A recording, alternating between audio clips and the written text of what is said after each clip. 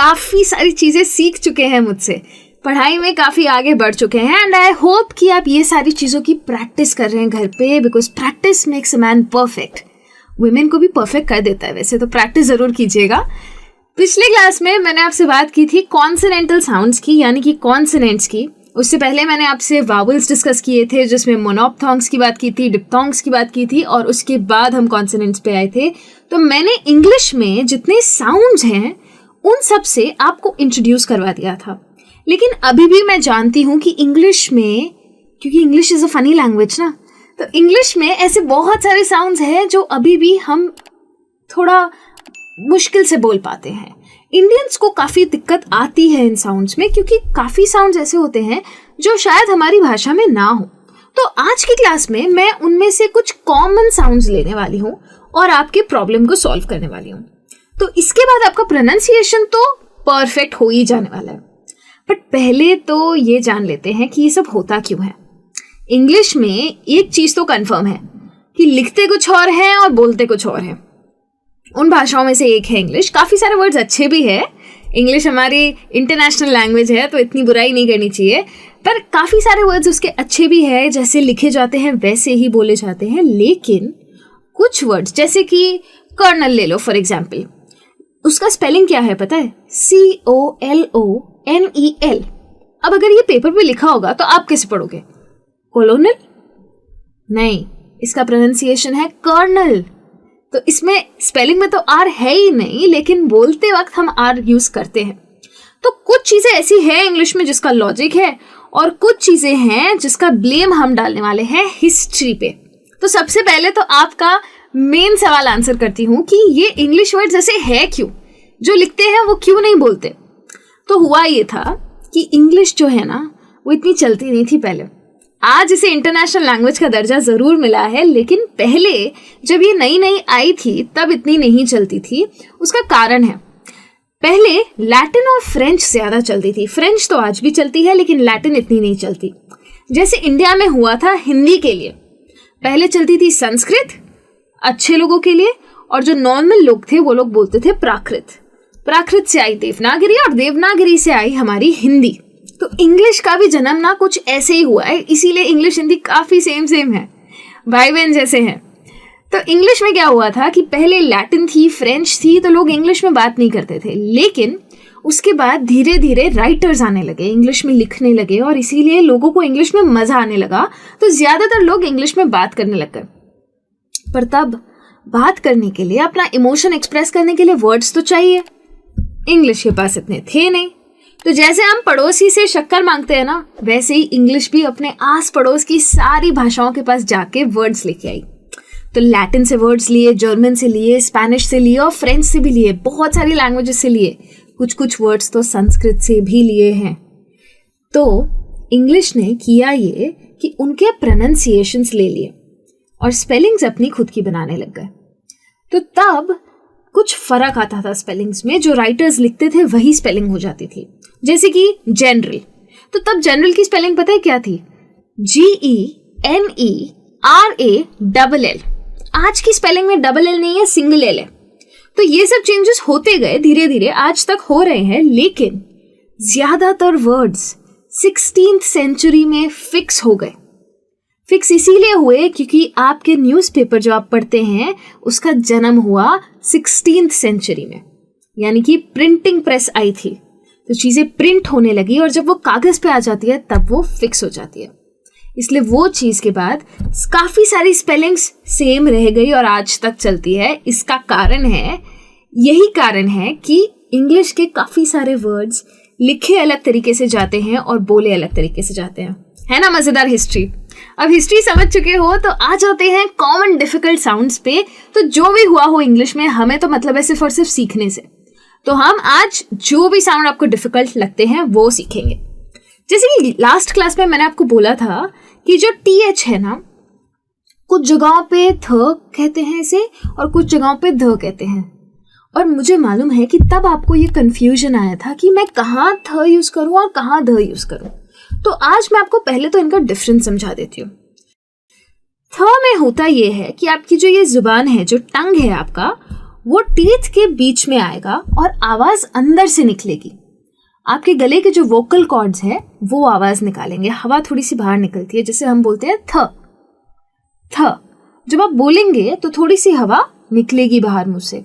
और जो ध होता है उसके लिए जो हमारी टंग होती है वो हमारे ऊपर के टीथ के पीछे चली जाती है, और ये थोड़ा सा साउंड जो है वो थोड़ा सा ऊंचा है, स्वर इसका ऊंचा है, सॉफ्ट नहीं है, थोड़ा हार्ड है, तो इसे कहते हैं ध। हवा इसमें भी निकलती है पर थ जितनी नहीं। तो ये तो बोलने का फर्क हुआ। जैसे कि अब कभी कभी आप बोलते हैं थिंक, थीसिस, बाथ, तो ये सब वर्ड्स में हम थ यूज कर रहे हैं।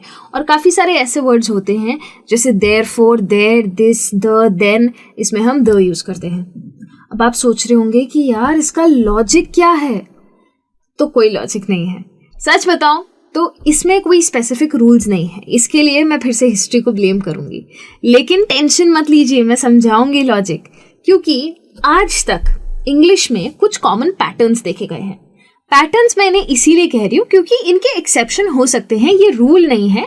ये चीज मैंने खुद ऑब्जर्व की है और मेरे जैसे कई और लोगों ने ऑब्जर्व की है कि कुछ कुछ ऐसा होता है।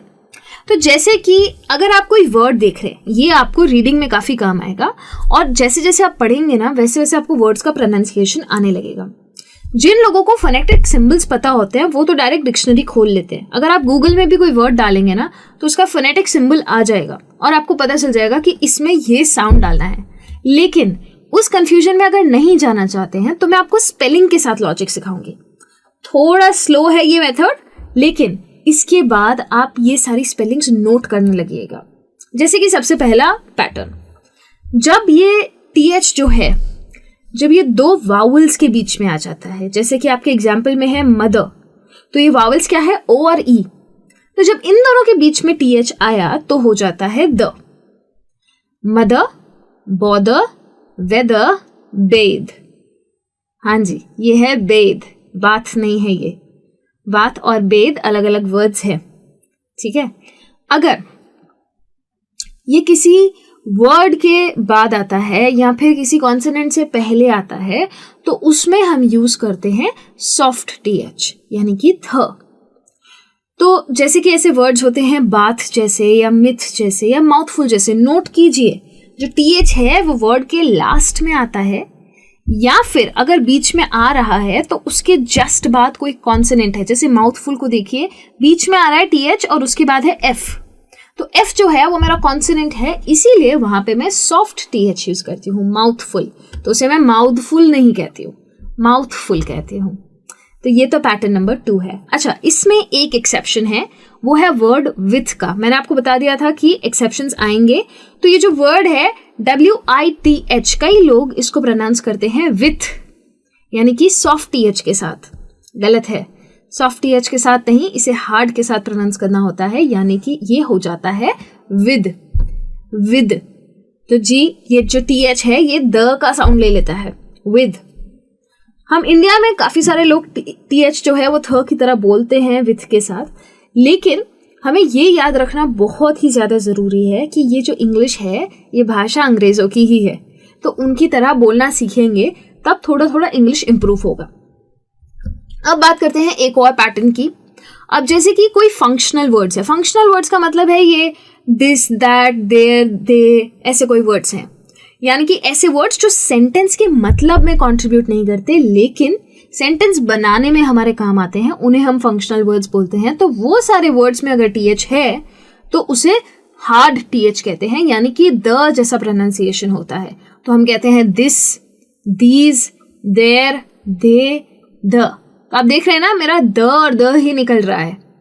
और बाकी सारे जो वर्ड्स होते हैं सेंटेंस के, उन सब में सॉफ्ट TH आता है, जैसे कि थंडर है, थिएटर है, थिंक है, और भी बहुत सारे वर्ड्स हैं। और उन सब वर्ड्स में ये सारे वर्ड्स जिनका कोई मतलब होता है, जिनका कोई डेफिनेशन, कोई मीनिंग होता है, उसमें आता है सॉफ्ट TH। तो हार्ड TH के तो सिर्फ 2 ही रूल्स हैं, एक अगर वो 2 वावल्स के बीच में आता है तो, और दूसरा अगर वो फंक्शनल वर्ड्स में आता है तो। इतना याद रख लीजिए, ये पैटर्न्स आपके काम आएंगे। आई एम श्योर इसके अलावा भी बहुत पैटर्न्स होंगे, बट अभी के लिए इतना काफी है, आपका काम जरूर निकल जाएगा इसमें से। अब बात करते हैं एक और साउंड की, जो कि है ER साउंड, यानी कि अर। याद रखिए, स्पेलिंग और साउंड एक चीज नहीं है, आपके अंडरस्टैंडिंग के लिए यहाँ पे लिखा हुआ है, लेकिन हमें साउंड पे फोकस करना है क्योंकि हम सीख रहे हैं प्रोनाउंसिएशन को। तो ये जो अर साउंड है ना, ये बहुत ही ज्यादा कॉमन है। अब जैसे आपके सामने यहाँ पे ऑप्शंस काफी सारे दिए हुए हैं, एग्जाम्पल्स काफी सारे दिए हुए हैं। एक चीज जरूर नोटिस कीजिए कि इन सब के स्पेलिंग में ER नहीं है। मैंने कहा था स्पेलिंग और साउंड एक चीज नहीं है। तो नर्व में ER है, चर्च में UR है, फर्स्ट में IR है, वर्ल्ड में OR है और पर्ल में EAR है। लेकिन इन सब का साउंड है अर। तो हम कहते हैं nerve, church, first, world, pearl. हर एक में आपको थोड़ा थोड़ा आर जरूर सुनाई देगा। अर यही साउंड आएगा। सबका स्पेलिंग अलग है।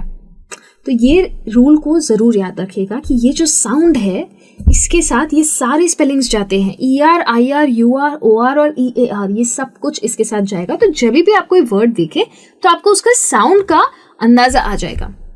अगर ये दो साउंड्स आपको क्लियर है तो अब कुछ इजी साउंड्स पे भी बढ़ते हैं, जैसे कि है व।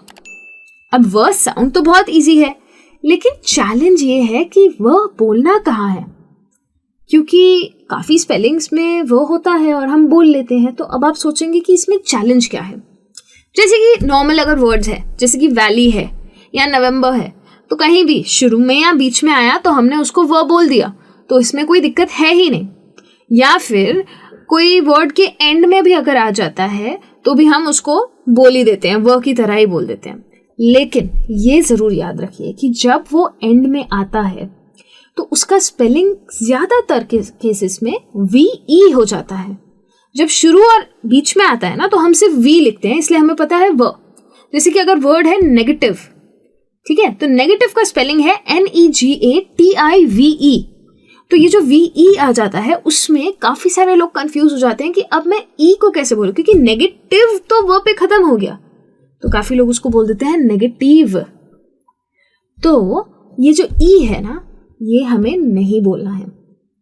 कई सारे वर्ड्स ऐसे भी होते हैं जो IVE में जाते हैं या सिर्फ और सिर्फ VE में जाते हैं, जैसे कि ऑप्शन दिया हुआ है यहाँ पे इम्प्रूव। ये जो एग्जाम्पल है इम्प्रूव या फिर अट्रैक्टिव, दोनों का स्पेलिंग जो है उसको नोट कीजिए, मैंने अंडरलाइन किया है आपके लिए। तो कैसे भी उसको स्पेल किया हो, VE हो या IVE हो, आप उसको व की तरह ही बोलेंगे, ठीक है। काफी सारे नामों में भी, जैसे इंसानों के नाम या जगहों के नाम में वो साउंड आता है। तो मोस्ट ऑफ साउंड्स तो इजी होते हैं, लेकिन एक नाम है, ये जो बीच में लिखा हुआ है STEPHEN।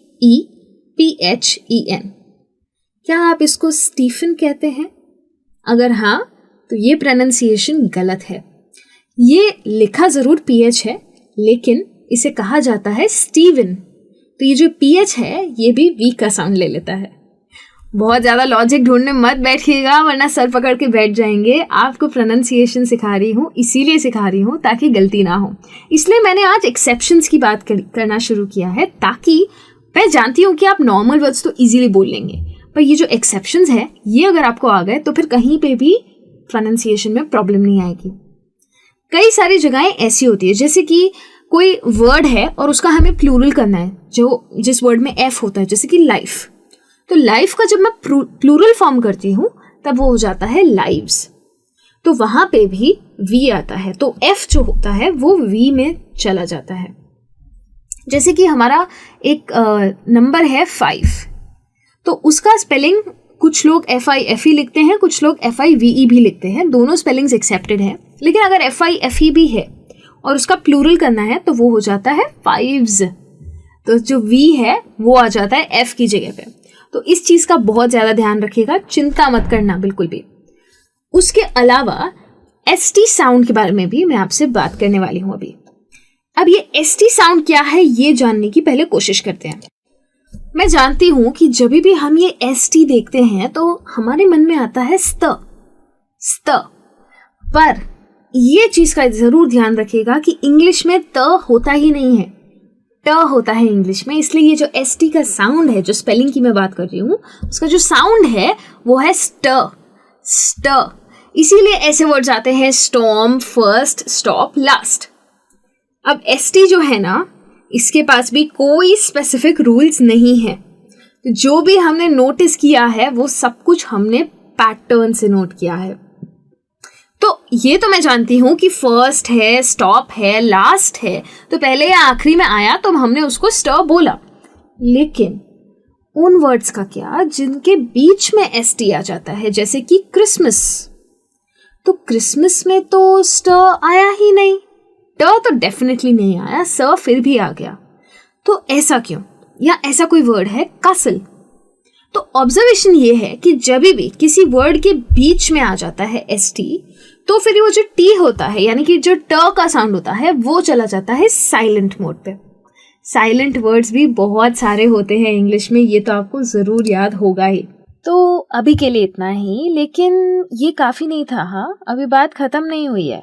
अभी तो मुझे आपके साथ और भी बहुत सारी बातें करनी है इस टॉपिक के बारे में, लेकिन वो अब अगले वीडियो में।